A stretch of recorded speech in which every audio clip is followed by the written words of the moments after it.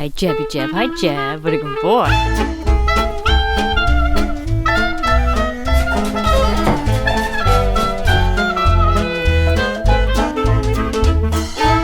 Hi, welcome to VivWilliamsTV. We finally got some snow. If you're stuck at home on a snow day and your kids are going crazy, they need something to do, or if you just want a super yummy, sweet winter treat, I've got the solution. Make snow cream. It's kind of like ice cream, but made with snow. It's super fun and easy to make with stuff you probably already have in your pantry. I have 3 different recipes for you, so I know you can whip it up in a jiff. Now, this is at your own risk kind of thing because I can't be responsible for what's in your snow. Jebby Jeb, where did you put my glove? My dog cooked my glove. There he goes. Bye.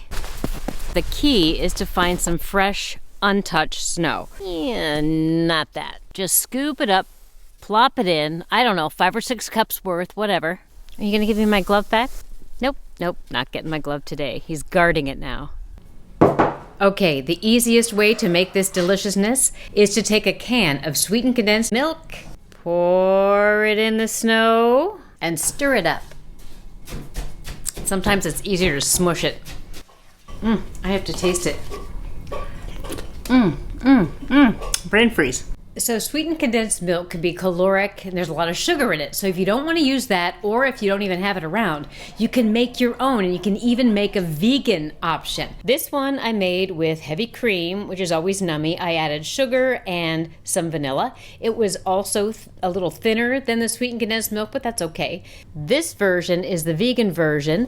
I boiled down oat milk until it was reduced to about half, and you can do it also with almond milk. Keep stirring on medium heat, and you can add something like stevia, regular sugar, but no matter what version you use of this, definitely add some vanilla.